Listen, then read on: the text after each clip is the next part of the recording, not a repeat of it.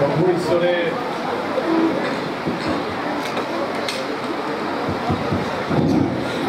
ঈশ্বৰে কোৱাৰ পিছতো একো নাথাকে। আচল কথাখিনি আমি শুনিলোঁ, শুনি পালে বহুতখিনি আমি আজি শিৱৰাত্ৰিৰ এই পবিত্ৰ দিনটোত আমাৰ ঈশ্বৰটো তিনমূৰ্তি বুলি কোৱা হৈছে, ব্ৰহ্মা, বিষ্ণু, মহেশ্বৰ। আৰু মহেশ্বৰে হ'ল শিৱ। আৰু যি শিৱ বহুতো নাম আছে, বিভিন্ন সময়ত বিভিন্ন ধৰণৰ তেওঁৰ এই জগতখনৰ মংগলৰ কাৰণে যিটো তেওঁ ভূমিকা লৈছিলে, সেইটো লৈ এই জগতখনে তেখেতক বিভিন্ন ধৰণৰ নাম দিছিল। গতিকে আৰু মই ভাবোঁ ইয়াৰ পিছত মইতো স্পীকাৰ মানুহ, মৰম চৰম নাই জানি বিধানসভাত মানে যাকে তাকে মই সদায় দমাই থৈ হৈছে গতিকে মোৰ তাত মৰম চৰম ইমান একো নাই। আমাৰ শ্ৰদ্ধাৰ প্ৰভু ঈশ্বৰ পীতাম্বৰ দেৱ গোস্বামী ডাঙৰীয়া ইয়াত উপস্থিত আছে। তেখেতক আজিৰ পবিত্ৰ দিনটোত মই আন্তৰিক শ্ৰদ্ধা মই জ্ঞাপন কৰিছোঁ। আৰু তেখেতৰ লগত আমাৰ ধৰ্মপ্ৰাণ মোৰ শ্ৰদ্ধাৰ ব্যক্তিসকল আছে, আমাৰ বন্ধুসকল আছে, প্ৰাক্তন বিধায়ক আৰু এতিয়া কাউন্সিলৰ আমাৰ সোণাল কছাৰী কাউন্সিলৰ CM আৰু বহুতো বিশিষ্ট ব্যক্তি আৰু শ্ৰদ্ধাৰ ৰাইজ আছে। তো আমাৰ অসমৰ কাৰণেতো শিৱৰ ক্ষেত্ৰত ইমান ক'বলগীয়া নাই। শিৱক সদায় অসমীয়া এই সমাজ জীৱনটোত স্মৰণ কৰি আহিছে, পূজা কৰি আহিছে পূৰ্ব দিনৰ পৰাই।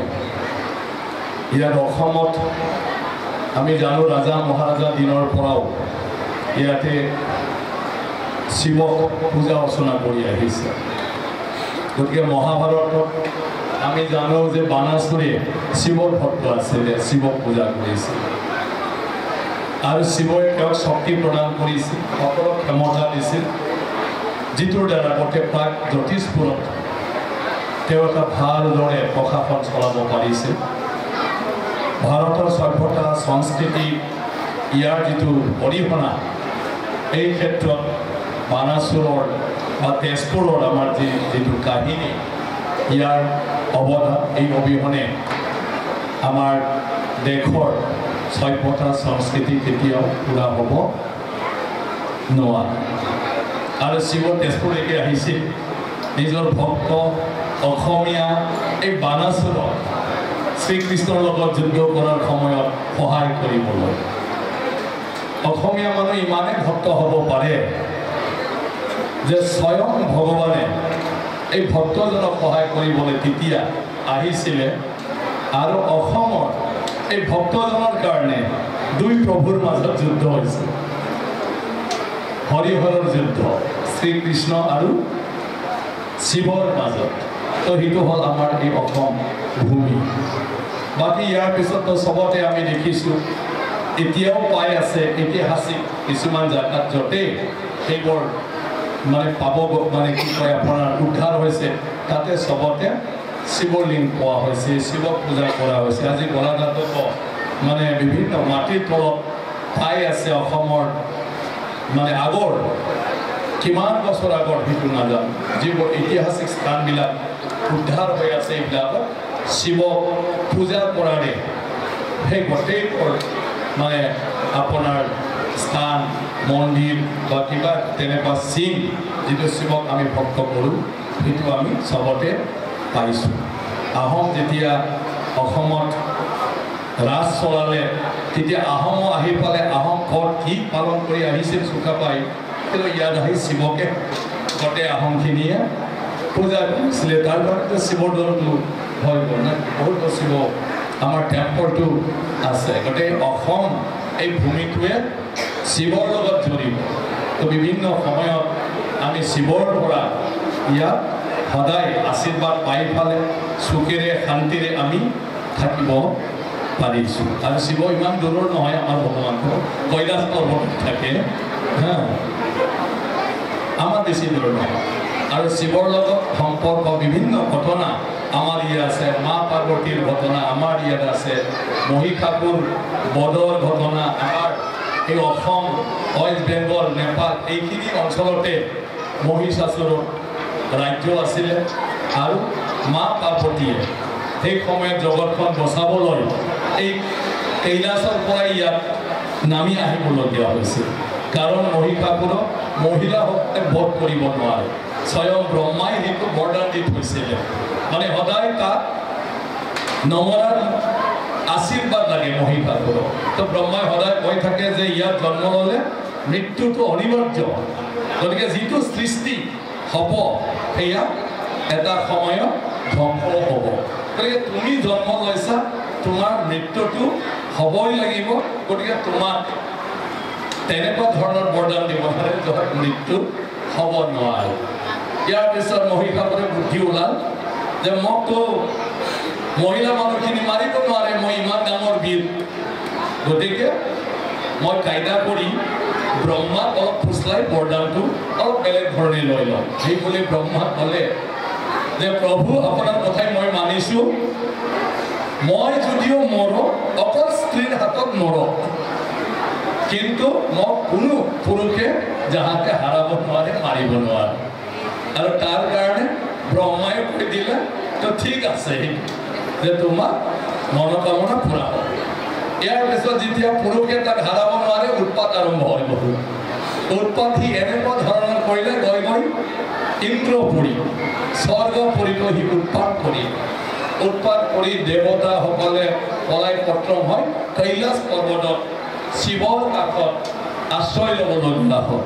তাৰপিছত উপায়টো নাই, ঘটনা বিষম, সংসাৰখনেই নাথাকে, এই জগতখনেই নাথাকে, চবে ব্ৰহ্মক কিবা এটা উপায় কৰিবলৈ দিলে। তো ব্ৰহ্মাই ক'লে যে উপায়টো এটাই আছে, তাক স্ত্ৰীয়ে মাৰিব লাগিব, মহিলাই মাৰিব লাগিব। যদি মহিলাই মাৰিব লাগে, কাক কেনেকৈ কি কৰিব চিন্তা কৰা। তো চবে চিন্তা বিচাৰ বিবেচনা কৰিলে কোনে পাৰিব। তো লাষ্টত ব্ৰহ্মাই ক'লে সেইটো পাৰ্বতীয়ে পাৰিব। তো পাৰ্বতী কিয় পাৰিব? যে শিৱই হ'ল চবতকৈ শক্তিশালী, তেওঁ হ'ল সংহাৰকাৰী, সেইটো সিয়ে কৰে নহয় জানো? ব্ৰহ্মাই সৃষ্টি কৰে, বিষ্ণুৱে পালন কৰে আমাক, আৰু লাষ্টত এই গোটেই সৃষ্টিটো ধ্বংস কৰিব পৰা শক্তি কাৰ তাত আছে? শিৱৰ তাত। সেইকাৰণে ৰাজা মহাৰাজা চবে শিৱক পূজা কৰে, শক্তি লাগে। কাৰণ ৰজা মহাৰাজাক একদম বাৰে কোনোবা ৰাজ্য আক্ৰমণ কৰি ধ্বংস কৰিব ইচ্ছা কৰে, আৰু সেই ধ্বংস কৰাৰ শক্তিটো একমাত্ৰ শিৱৰ পৰাহে পাব পাৰে। গতিকে শক্তিটো কেতিয়াও ভাল বস্তু নহয়, হয় না? শক্তিটো হ'ল কাৰোবাক দমাবলৈ, কাৰোবাক মাৰিবলৈ, পিটিবলৈ, ধ্বংস কৰিবলৈ। গতিকে সংহাৰ যেতিয়া ধ্বংস কৰিব লাগে তেতিয়া শিৱক লাগে। তো শিৱৰ অৰ্ধাংগিনী বুলি কোৱা হৈছে পাৰ্বতী, মা পাৰ্বতী। তো সেইকাৰণে শিৱৰ আধা শক্তি পাৰ্বতী তাত অলৰেডি আছে, আৰু মহিলাৰ দ্বাৰা সি মৰিব, আশীৰ্বাদ সেইটো দিয়া হৈছে। গতিকে পাৰ্বতীকে ঠিক কৰিব লাগিব। গৈ ফালে চবে কৈলাশত হাজিৰ হ'ল, গোটেই দেৱতা। পাৰ্বতীক ক'লে তুমি ওলোৱা আৰু মহিষাসুৰক বধ কৰা। পাৰ্বতীয়ে ক'লে মইতো গৃহস্থনী, গণেশক লৈ ব্যস্ত, কাৰ্তিকক লৈ ব্যস্ত, স্বয়ং শিৱক লৈ ব্যস্ত, কেতিয়া খাব লাগে কেতিয়া শুব লাগে শিৱইটো পাত্তাই নলয়। গতিকে দেৱীবিলাকৰ ভিতৰত এজনেই মাত্ৰ গৃহস্থনী দেৱী আছে, এয়া হ'ল মা পাৰ্বতী, যিটো সংসাৰ এই দেৱতাবিলাকৰ মাজতো সংসাৰটো পালন কৰিছে, এইটো আমাৰ মাতা পাৰ্বতীয়ে। গতিকে পাৰ্বতীয়ে ক'লে মই গৃহস্থনী, তহঁতে ইমান ডাঙৰ ডাঙৰ মানুহকেইটাই বীৰকেইটাই পাৰা নাই, মই পাৰোঁ নেকি মহিষাসুৰক? কেনেকৈ ভাবিলে তোমালোকে? তেনেকুৱা ধৰণৰ পাৰ্বতীয়ে অকণমান আপত্তি জতালে। তেতিয়া লাষ্ট মমেণ্টত চবে ক'লে নহয় দেৱী আপুনি পাৰিব, আপুনি চিন্তা কৰিব নালাগে। ব্ৰহ্মাও বুজনি দিলে। তাৰপিছত চব ক'লে আপুনি মাত্ৰ ওলাওক, যি লাগে শক্তি, আমাৰ শক্তিবোৰক তোমাক দিছোঁ, আৰু সেই শক্তিবোৰলৈ তুমি তাক বধ কৰিবা। উপায় নাপায় পাৰ্বতী ওলাল। পাৰ্বতী ওলাৰ পিছত যিমান দেৱ দেৱতা আছে তেওঁলোকৰ শক্তিবিলাক চবে দিলে। পাৰ্বতী যাৰ যি বন্দুক আছে গ্ৰেনেড আছে AK-47 LMG হয় না নহয় গোটেইবিলাকে দি দিলে মুঠতে মাৰ মহিষাসুৰ স্বয়ং শ্ৰীকৃষ্ণ স্বয়ং বিষ্ণু ভগৱানে ক'লে নিজৰ সুদৰ্শন চক্ৰটো দি পালে হে দেৱী যদি দৰকাৰ হয় মোৰ সুদৰ্শন চক্ৰটো ব্যৱহাৰ কৰ মুঠতে তাক বধ কৰিব লাগিব তাক মাৰিবই লাগিব উপায় নাই পাৰ্বতীয়ে দেৱী দুৰ্গাৰ ৰূপ লৈ সুদৰ্শন চক্ৰ দা জং কিমানটা কি লৈছে দুৰ্গা পূজাটো আমি দেখা পাওঁ এইবোৰ লৈ ফালে মা পাৰ্বতী ওলাই ফালে বিচাৰি বিচাৰি আমাৰ এই অসম বেংগলৰ ভিতৰতে উৰিষ্যাৰ ভিতৰতে মহিষাসুৰক ফালে কিজানি আমাৰ অসমতে হিমালয় পাহাৰৰ কাষত অৰুণাচল পাহাৰৰ কাষত কিজানি ক'ৰবাত পাব পাৰে এইটো অলপ ৰিচাৰ্চ কৰিলে পাম একচুৱেল জেগাটো ক'ত আৰু তাতে মহিষাসুৰক দেৱী দুৰ্গাই বধ কৰিলে শিৱ যদি তাত নাথাকিলে হয় না নহয় মা পাৰ্বতী যদি এই দায়িত্বটো লৈ ফালে মানে মহিষাসুৰক বধ নকৰিলে হয় আমাৰ জগতখনে আমাৰ সংসাৰ আমাৰ গোটেই সৃষ্টি এইটো সময়তে ধ্বংস হ'লে হয় শিৱৰ লগত আমাৰ কিমান জড়িত চব গোটেইটো আজি শিৱৰাত্ৰি আমাৰ প্ৰভু ঈশ্বৰে বহুতখিনি কথা কয় এইবোৰ মই ইমানখিনি আকৌ নাজানো কিন্তু কিছু কথা শুনো কিছু কথা জানো মানে তেওঁ গোটেই এই জগতৰ কল্যাণৰ কাৰণে বেয়াতকৈ বেয়া বস্তুবিলাক যাহাতে প্ৰভাৱ নপৰে ধ্বংস নপৰে সেইটোৰ কাৰণে তেওঁ নিজেই চব গ্ৰহণ কৰি লৈছিলে আহৰণ কৰি লৈছিলে যেনেকৈ আপোনাৰ সাগৰ মন্থনৰ সময়ত বিষটো তেওঁ গিলি লৈছিলে যাৰ কাৰণে নীলকণ্ঠ নাম পালে বিষটো ইয়াতে থাকি নীলা হৈ যোৱাৰ কাৰণে নীলকণ্ঠ আজি শিৱৰাত্ৰিত আমাৰ প্ৰভু ঈশ্বৰে ক'লে যে আজি শেষ এটা কথোপকথন হৈছে পাৰ্বতীৰ মাজত এই জগতখনৰ কল্যাণৰ কাৰণে কাম কৰা আৰু সেই হিচাপে এইটো গুৰুত্বপূৰ্ণ আৰু এটা কথা আৰু হয় যে শিৱৰাত্ৰিৰ দিনা এই জগতৰ মংগলৰ কাৰণে কল্যাণৰ কাৰণে যিমান প্ৰদূষণ বেয়া বস্তু বেয়া শক্তি আমাৰ আজিৰ দিনটোত মদ ভাং ড্ৰাগছ এই গোটেইবিলাক বস্তুটো আমাৰ শিৱ ভগৱানে এই জগতৰ কল্যাণৰ কাৰণে নিজে গ্ৰহণ কৰিছিল আহৰণ কৰিছিল যাহাতে এই বিষাক্ত বস্তুৱে এই জগতখন এই সংসাৰখনক নষ্ট কৰিব নোৱাৰে আজিৰ দিনটো বিশেষ দিনটো সেয়া যদি নহ'লে হয় এই বিষাক্ত যিটো বায়ুমণ্ডল বায়ু সেইটোৰ দ্বাৰা আমি চবে শেষ হৈ গ'লে হয়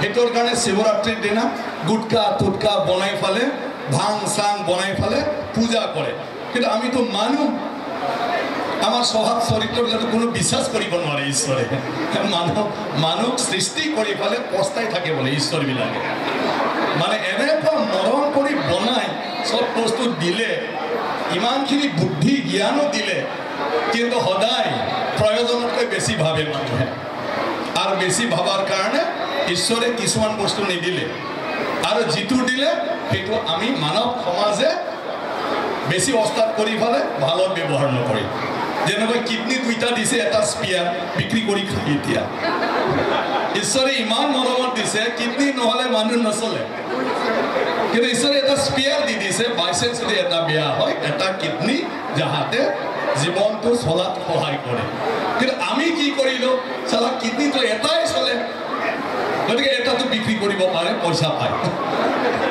তো কিডনিও আমি বিক্ৰী কৰি দিলোঁ মানুহৰ স্বভাৱটো হ'ল তেনেকুৱা ধৰণৰ গতিকে আজি শিৱৰাত্ৰি আমি শিৱক ধন্যবাদ দিব লাগে প্ৰভুক ধন্যবাদ দিব লাগে হে প্ৰভু আপুনি ইয়াৰ প্ৰদূষণ ইয়াৰ নিচাযুক্ত বস্তু ইয়াৰ বিষ এইবোৰ পান কৰাৰ কাৰণে এই জগতখন বাচিল আৰু আমি সুখেৰে আজি ইয়াৰ সংসাৰ আমি চলাই আছোঁ আমাৰ জীৱন ধুনীয়াকৈ অতিবাহিত কৰি আছোঁ একমাত্ৰ আপোনাৰ কাৰণে আহি থকা দিনটোতো প্ৰভু আপুনি এনেকৈ আমাক চাওক আমাক বচাওক বিপদে আপদে ৰক্ষা কৰক গতিকে ইয়াৰ কাৰণে ধন্যবাদ দিছোঁ আপোনাক প্ৰচাৰ দিছোঁ কিন্তু মানুহ যিটোৰ কাৰণে তেওঁ পান কৰি আমি বাচিলোঁ আজি গুটখাটো আমি ভগৱানক আৰু দি আছোঁ খাবলৈ আৰু প্ৰভু এই গুটখা খা এইটো নিচা বস্তু খা অমুক খা আপোনাক আজি আমি দিছোঁ ঈশ্বৰে ভাল পাই খোৱা নাছিলে শিৱই ভাল পাই এইবোৰ খোৱা নাছিলে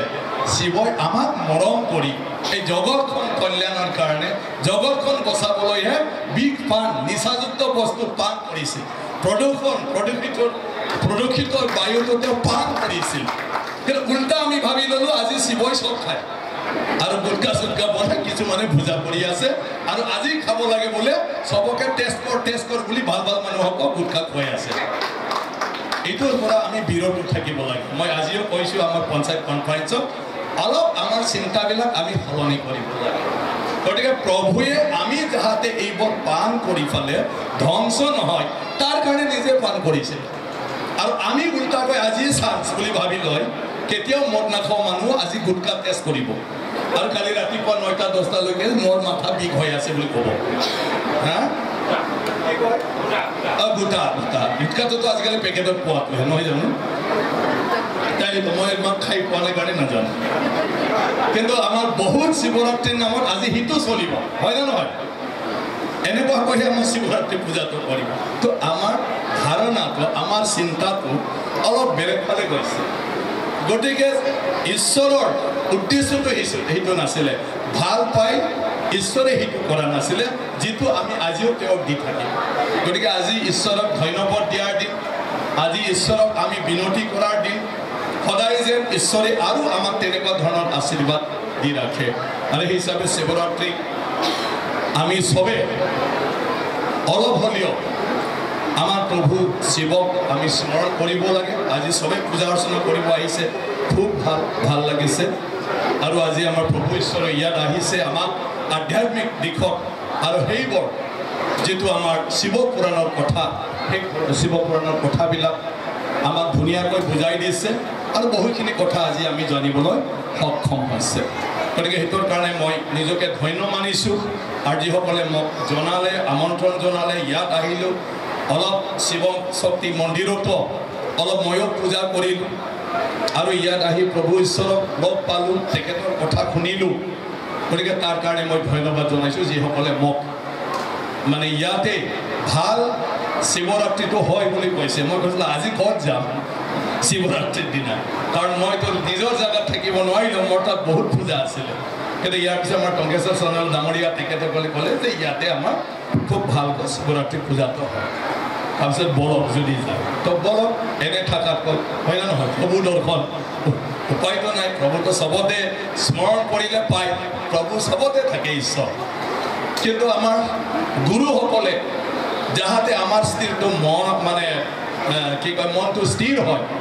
ঈশ্বৰ আছে বুলি ভাবে তাৰ কাৰণে মন্দিৰ নামঘৰ চামঘৰটো বনাই দিছে মানে পথাৰতো ঈশ্বৰ থাকে চোতালতো ঈশ্বৰ থাকে ঘৰতো ঈশ্বৰ থাকে কিন্তু আমি বৰ মানিবলৈ টান পায় সেইটোৰ কাৰণে বুদ্ধি কৰি নামঘৰ মন্দিৰ চন্দিৰ বনাইছে য'ত সোমাই ফালে ইয়াতে ঈশ্বৰ আছে এতিয়া ইয়াতে মন্দিৰটো বনাই থোৱাৰ কাৰণে শিৱক আমি ইয়াতে থাকাহিনে পালোঁ নহয় জানো সেৱা কৰোঁতে শিৱ ইয়াতে আছে তো আজি ইয়াত আমি সেই বিশ্বাস লৈ শিৱক পূজা কৰিব পাৰোঁ মনোকামনা চবৰে আছে কিবা কিবি হয় না নহয় লোভটোতো শেষ নহয় ভগৱানে বচালে আৰু আমাক লাগে আমি চবে নিজৰ মনোকামনাৰ কাৰণে প্ৰাৰ্থনা কৰিছোঁ আজি গতিকে আজিৰ সেই পবিত্ৰ দিনটোত আমাৰ ঈশ্বৰ শিৱই আমাক চবকে আশীৰ্বাদ দিয়ক যেন ভৱিষ্যতলৈও আমি তেনেকুৱা ধৰণৰ ভাল এটা জীৱন লৈ ভালদৰে আমি আগবাঢ়ি যাই থাকিব পাৰোঁ বিপদে আপদে আমাক যেন সদায় তেনেকুৱাই ৰক্ষা কৰি থাকে কিবা আমাৰ ভুল ভ্ৰান্তি হ'লেও আমাক যেন ক্ষমা কৰে সেইটোকে মই প্ৰাৰ্থনা কৰি আমাৰ প্ৰভু ঈশ্বৰক মই নমস্কাৰ জনাই মই বক্তব্য সামৰণি মাৰিছোঁ ধন্যবাদ